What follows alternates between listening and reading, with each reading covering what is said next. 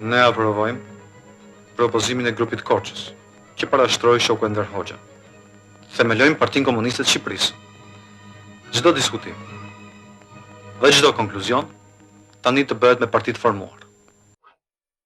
Nuk e di të thënë. Jam komunist dhe nuk dua të baj rezervë.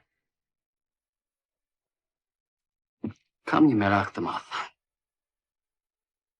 Nuk kuptoni drejtën. Nuk e kam fjalën për vetë.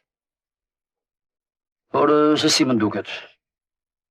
Ne po hymë në një fazë të re të luftës, të rëndësishme. Dhe në udhëheqje të partisë kërkohen ata që kanë lënë lesht e kokës mbi teorinë e marksizmit dhe të revolucionit.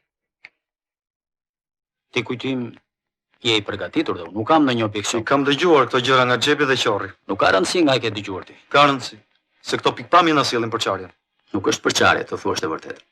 Na vore kufit vërtet. E vërtetë e partisë është një. Dhe atë duhet ta zbatojmë gjithë. Unë nuk kam lënë ndonjë detyrë pa kryer. Po për hir të unitetit, mos duhet të mbyllim syt dhe aq më keq gojën. Ti mendon se ne kemi formuar një parti ku kërkohet të mbyllim syt? Të thamë keq bëhen. Ju po më keq kuptoni, nuk e kam fjalën për vete. Unë them për ty, Visar, që nga më kryesorët e grupit tonë. Të them të drejtën, më vjen keq edhe nuk e prisja që ti të mos zgjidhesh. Dëgjoj këto. Tani s'ka grupe, por parti. Dhe në parti njeriu nuk hyn për të zënë poste.